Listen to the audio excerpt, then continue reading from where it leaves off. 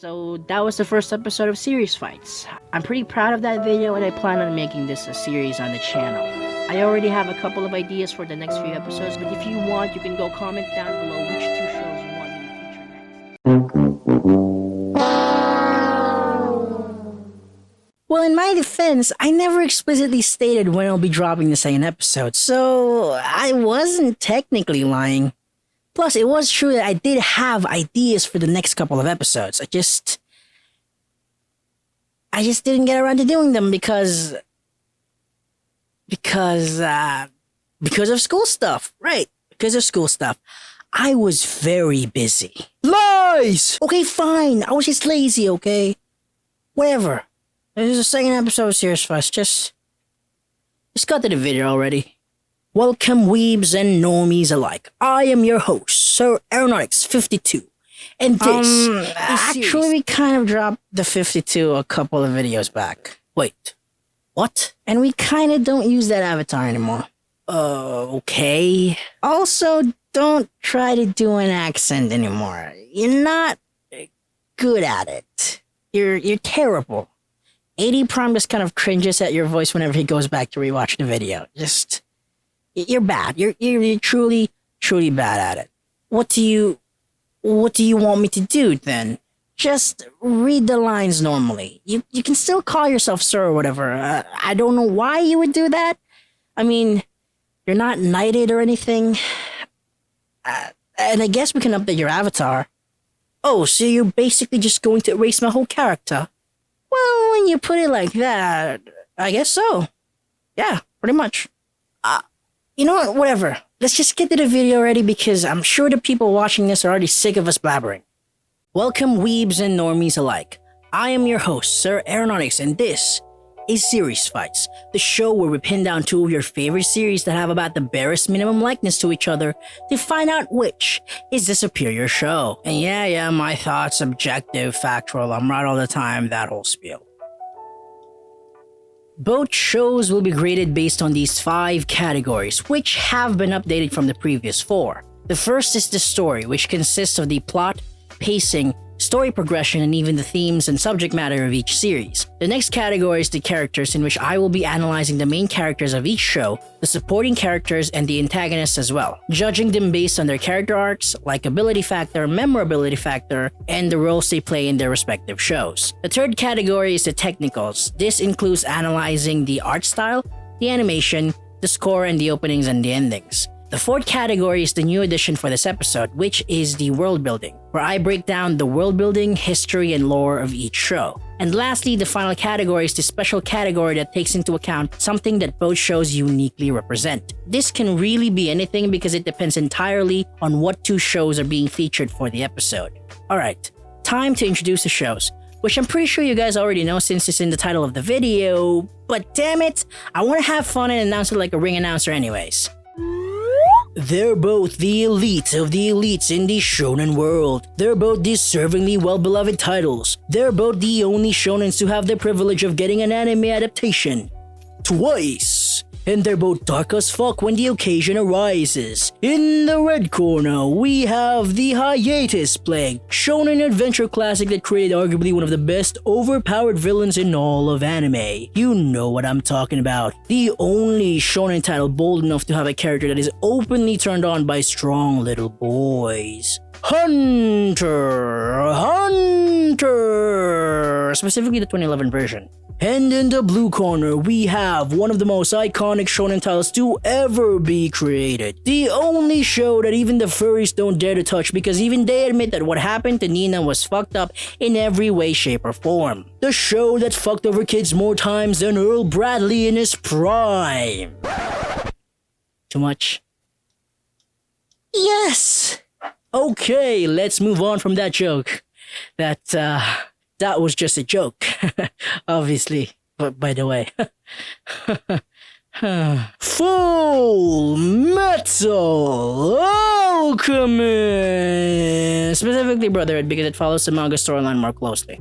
Okay, ground rules first and foremost. I will only be analyzing both series animes. I won't include the manga or events from the manga that the anime chose to not adapt. I know it's kind of unfair to compare Fullmetal Alchemist Brotherhood story and Hunter x Hunter story because Hunter x Hunter won't have the hindsight of having its story completed unlike with Fullmetal, but that's mostly Togashi's fault for his many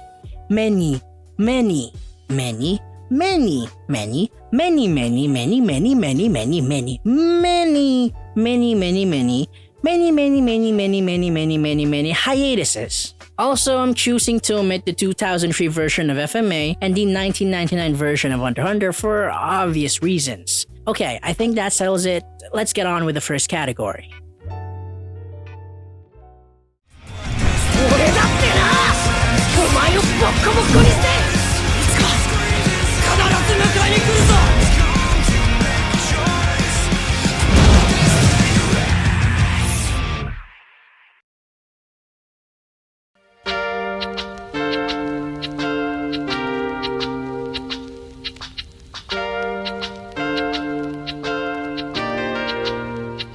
This is a bit tricky.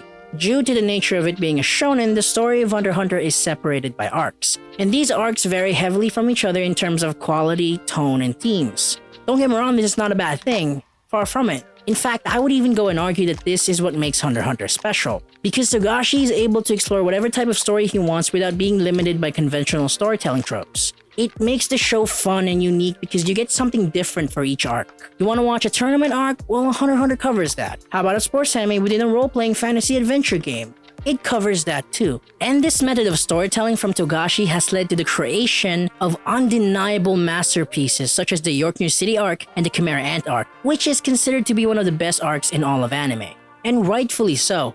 The Chimera Ant arc is a masterclass of subverting classic shonen tropes, utilizing dark and disturbing tone to its most extreme and dealing with existential themes of life and the meaning of existence, while still crafting a gripping and endearing narrative for the main antagonist of the arc. It not only created one of the best overpowered villains in all of anime, but also one of the most complex, and the ending of the arc is just phenomenal. The Chimera Ant arc is top-notch, and that's because of Togashi's unique storytelling. However, when we analyze the story overall, that's where problems start to arise. Because as much as I absolutely adore the Chimera Ant arc, not every arc of Hunter x Hunter can be a Chimera Ant arc. It's just not possible.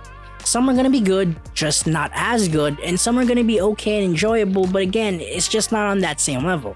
And granted, this is not exclusive to Hunter x Hunter. This is something that all shonen have to inevitably face because this is the very nature of shonen storytelling itself. But there is a way that some shonen implement to adapt to this very thing, and that is to have an overarching narrative with a clear central theme. Think, I want to be Hokage from Naruto, or something a little bit more modern like Tanjiro wanting to cure his sister. Unfortunately, that is something that Hunter x Hunter lacks. Each individual arc of Hunter x Hunter can undoubtedly stand on its own, but when you look at them objectively, they're very random. They don't really connect cohesively with each other, and if they do, it's by the barest of connections. Arcs don't lead into each other or build upon the events of its predecessor. Sure, there are plot points that carry into multiple arcs, like for example Gon's journey to find his father or Killua's penchant of running from opponents he knows is stronger than him. These storylines are set up and paid off after multiple arcs. That is true, but narrative-wise, the arcs of Hunter x Hunter are as random as Togashi's thought process, which I will reiterate is not a bad thing for the series Hunter x Hunter, but for series fights, it's gonna affect the overall score it's gonna get. With that in mind, and also considering the nature of the show and the masterpiece that is the Chimera Ant arc that bore fruit from it, I'm giving the story of Hunter x Hunter a solid 9. Fullmetal Alchemist Brotherhood story is just amazing, true and true. There's really not much to criticize about it. It was able to take advantage of the shonen storytelling format by making each arc intricately connected in service of furthering a larger narrative. Each arc leads into the next, and because of this, you get a natural sense of progression. As the story unfolds, the stakes rises, the world widens, and your understanding of the larger narrative becomes clearer and clearer.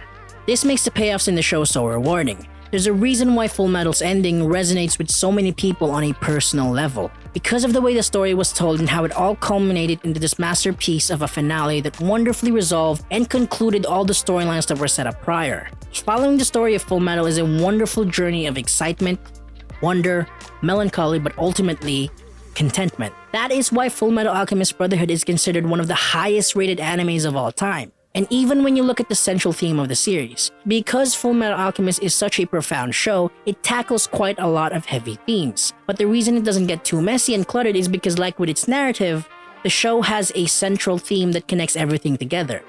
Actions have consequences.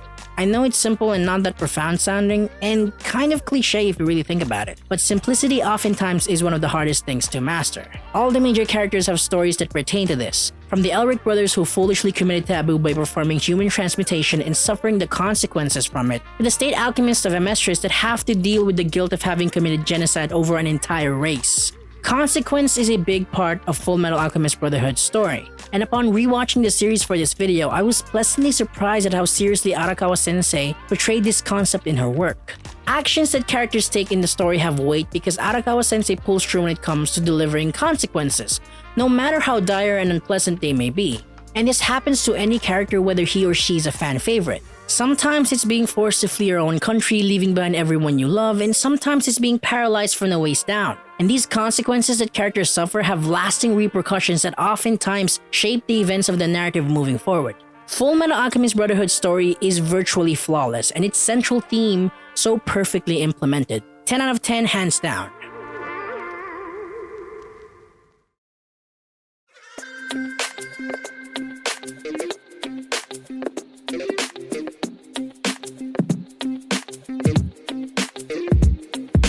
Okay, so for this category, to make it fair for both series, I'm going to divide it into 3 subcategories: the main characters, the supporting characters, and the antagonists, which I will then grade individually and then add up to total the overall score of each series. Alright, let's start with Fullmetal Alchemist Brotherhood.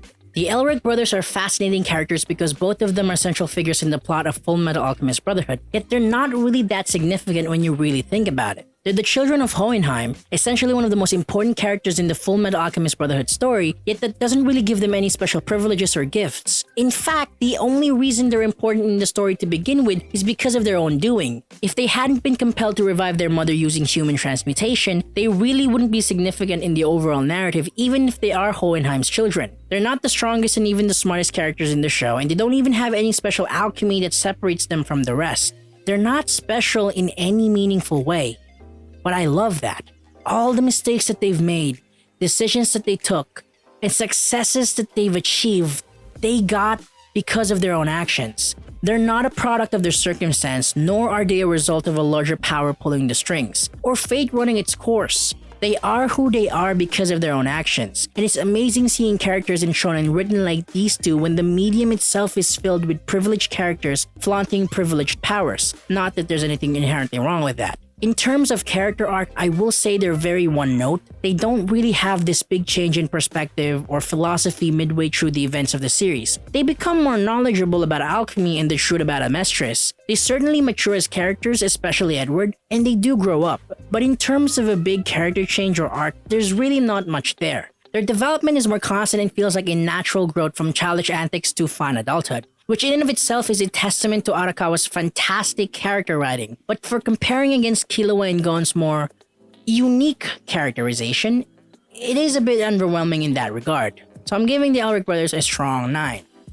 I absolutely love the supporting characters of Fullmetal Alchemist Brotherhood, from the fiery badass that is Mustang all the way to Yoki and his yokiness. To a certain extent, I definitely think that the supporting characters of Fullmetal is one of the best aspects of the show, and I can talk about how great they are individually and even list the memorable ones by heart.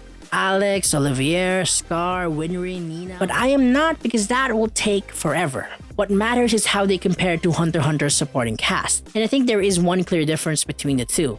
And that is the fact that Fullmetal Alchemist Brotherhood's supporting characters are more relevant to the overall story. I'll explain that further when I get to Hunter x Hunter segment. Just note I'm giving this a perfect 10.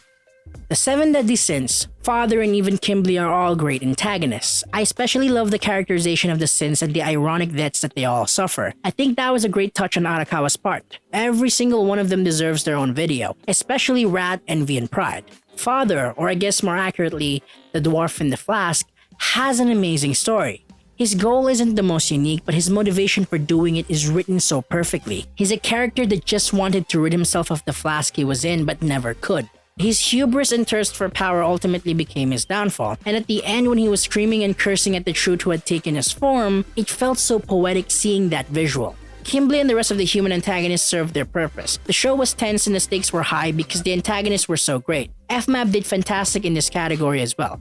No doubt about that. But again, it's not a matter of whether they did a great job, but how it compares to its adversary. And let's just say, Miriam does the heavy lifting for Hunter x Hunter. I'll give this subcategory a 9, totaling FMAP's character category to a score of 9.3.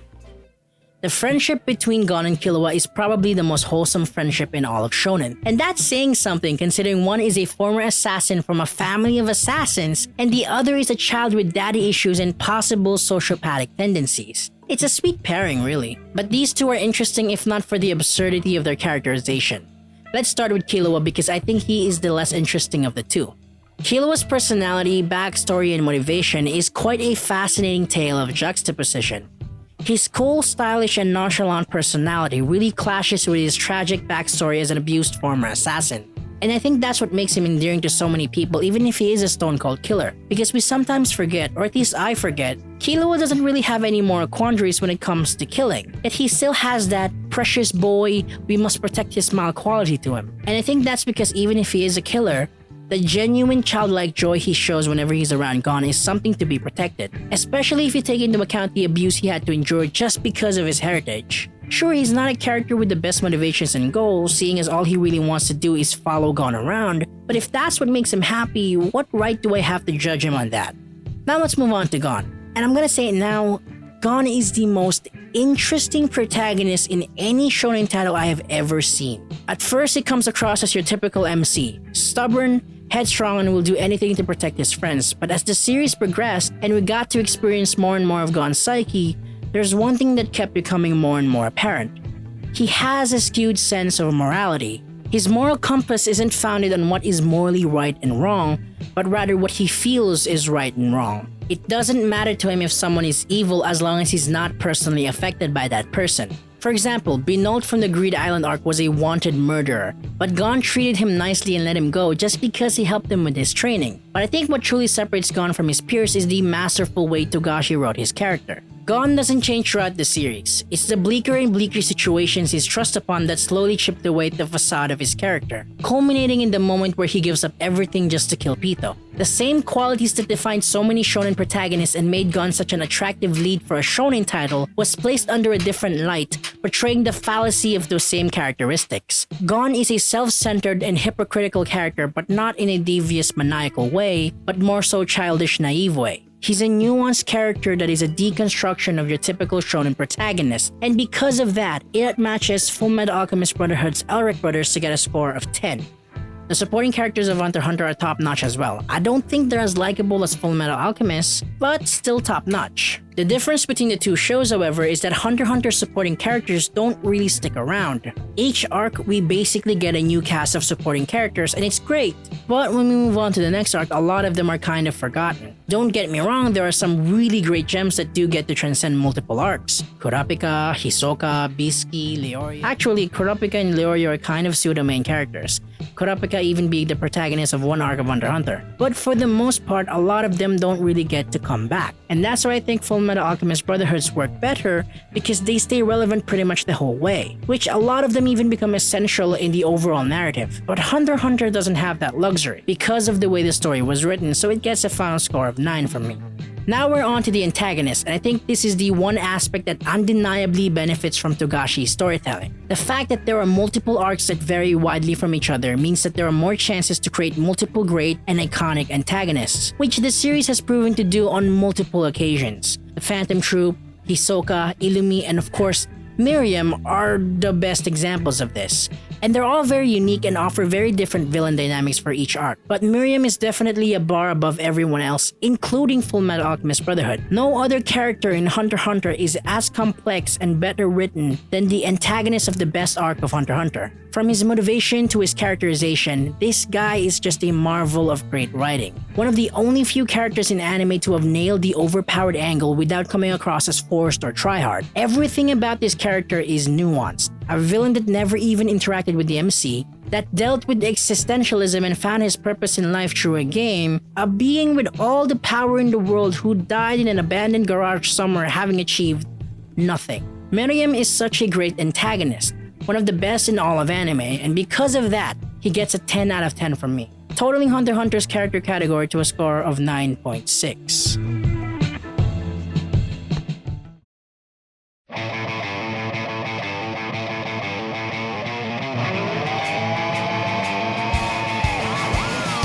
Okay, so we have a lot to cover for this category, but let's first start with the art and animation. First of all, this anime was adapted by Madhouse during the prime of its greatness. Don't get me wrong, Madhouse still does the occasional good shows, it's just that they kind of lost a lot of their prestige in more recent times, at least in my opinion. Prioritizing Overlord over One Punch Man still leaves a bad taste in my mouth to this day. But Hunter x Hunter 2011 is probably the last long-running shonen to have this level of production quality behind it, and to the consistent degree that it did as well. Because I don't think there ever was a bad episode visual-wise in the entirety of its run. And if there was, the fact that I can't recall them is a testament to the level of quality this show upheld. It's always been consistently great from the get-go. The thick outlines they use for the art style really makes the characters pop, and whenever there's a big moment, they deliver on those big moments with interests. I don't know, there's this sense of rawness and grittiness with Hunter x Hunter's art style that I feel like grounds the show even with all the weird and supernatural-esque powers showcased. And whenever it does Sakuga, it still keeps that Hunter x Hunter art style. The characters stay in model and the art style keeps this gritty feel to them, while still being able to fully express the fluidity and expressiveness of the Sakuga animation. It's what uniquely makes the aesthetic of the show so different from others.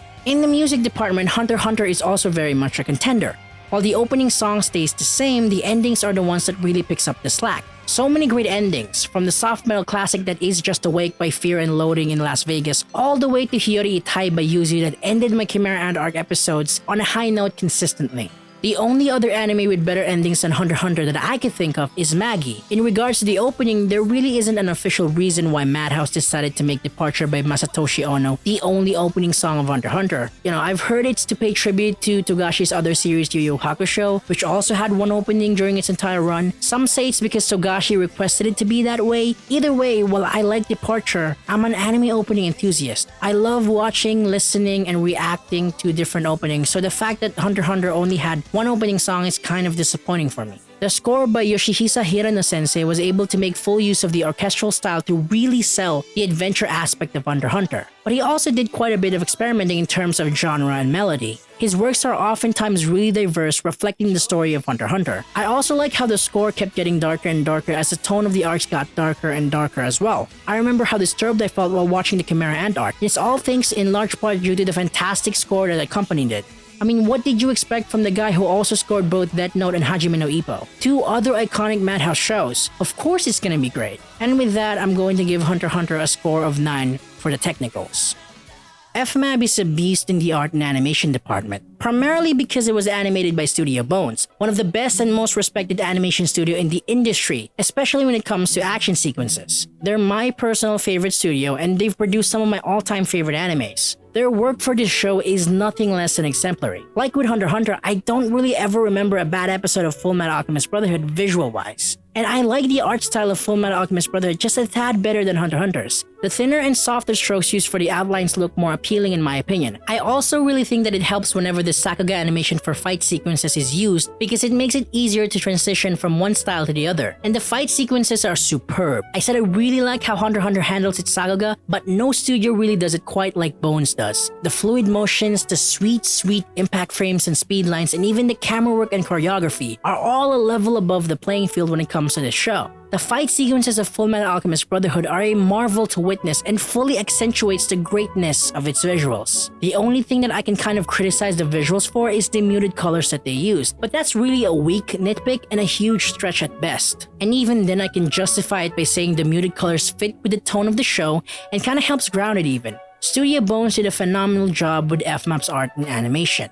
The openings and endings of Fullmetal Alchemist Brotherhood are also on another level. All 5 openings are gold, and for an opening enthusiast such as myself, it's a real gold mine.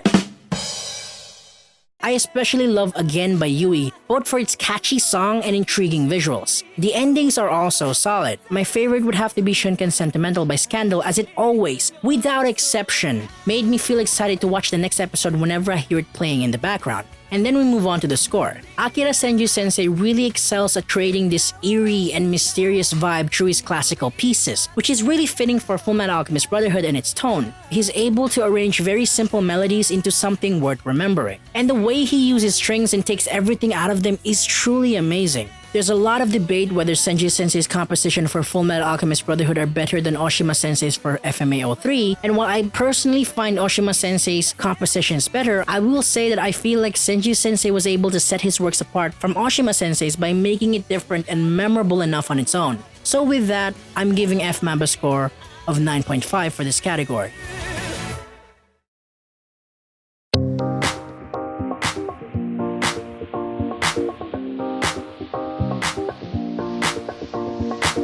Again, this is another tricky category because both shows have top-notch world building, but their approach with it cannot be any more different. The world of Hunter x Hunter reflects that of its story, ever-changing and expansive. Each arc is set in a different setting and there's really not much regularity or rules to what can be featured. The world of Hunter x Hunter is perfect for the adventure and fantasy setting. It's creative, it's free, and it's really fun exploring because you don't really know what to expect going into each arc of Hunter x Hunter. The downside of this is that there's really not much consistency as to what can or cannot be featured. So if you, for example, really like the setting for one arc, the next one might go into the complete opposite of the previous one and there is a possibility that you just might not like it as much. But the chances of this happening are very slim, seeing as Hunter x Hunter doesn't really start doing major setting shifts and tone shifts after around the York New City arc, by which point you probably have already been fully hooked with the show and its characters to really mind those trivial things. On the opposite end of the spectrum, we have the steampunk classic Fullmetal Alchemist Brotherhood. Now with Fullmetal, the world is more structured. It's not as expansive as Hunter x Hunter's, but the lore and the history is much more defined and interwoven into the narrative of the show. I still remember how mind-blowing the Cersei's episode was because of how it tied into not only the larger narrative of the show, but also the history being told within that universe. There's also the fact that the world Arakawa Sensei created very much intentionally reflects heavy and oftentimes controversial topics of real-world issues, many of which are still relevant to this day. Like, for example, racial discrimination and oppression, genocide, militaristic regimes, and even theological allusions. She was able to tastefully allude to these controversial topics without being bogged down by them and still keeping the fantastical and alluring elements of the fictional world she created intact. But the million-dollar question now is which approach was better? And that really comes down to which qualities of world building do you value more? Do you prefer the creatively free and expansive world of Hunter x Hunter, or do you prefer the more structured and grounded world of Fullmetal Alchemist Brotherhood? Me personally, I slightly prefer Fullmetals over Hunter x Hunters. That's why I'm giving Hunter x Hunter an 8.5 and Fullmetal Alchemist Brotherhood a 9.5 for this category.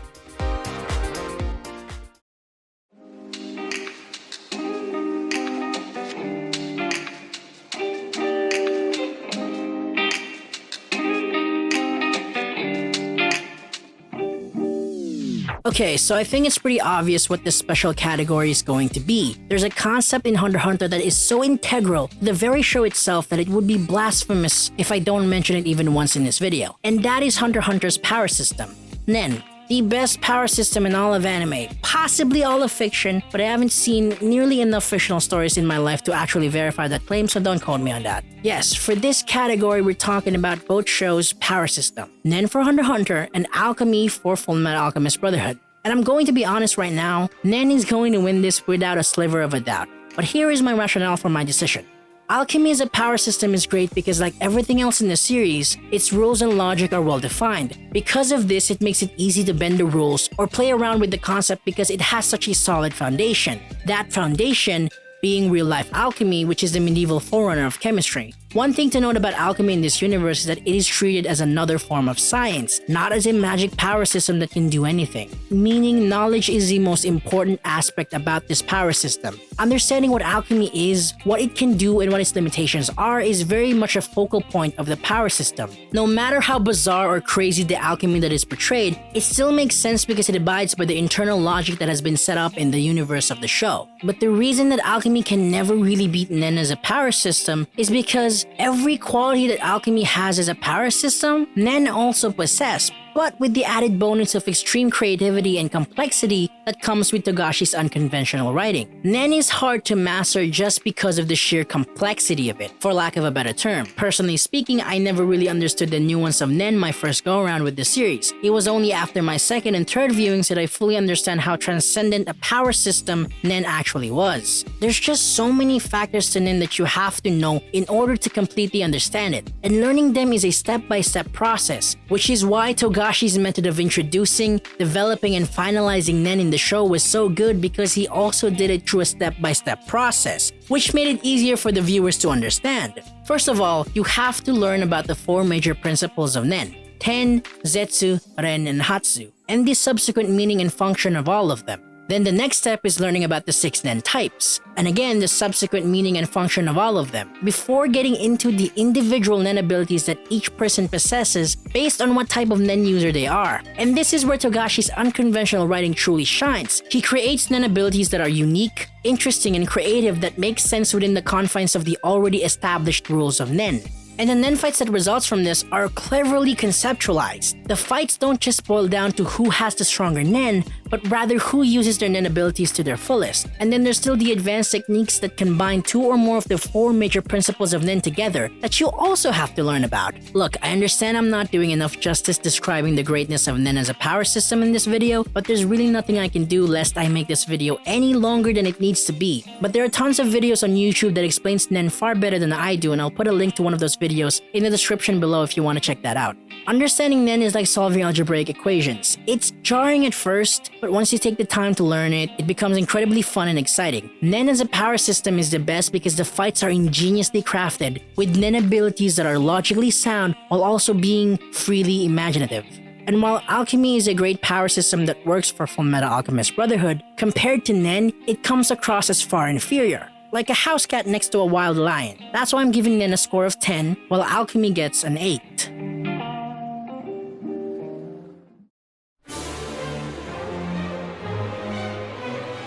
Alright, now that I'm done grading each series, it's time for the results. But before that, I just want to emphasize that I think highly of both of these shows. One is my favorite anime of all time, and the other is my second favorite shonen of all time. And the results, no matter what they may be, doesn't necessarily reflect which is the better show. As much as I paint this show as an objective breakdown of 2 series, personal preference and subjectivity still plays an essential role in my analyzation. So no matter which series comes out on top, know that both shows are worth watching and worth getting into. Okay, with all the pageantry and formality aside, here are the results. In the story category, Hunter x Hunter got a score of 9, while FMAB garnered a perfect 10.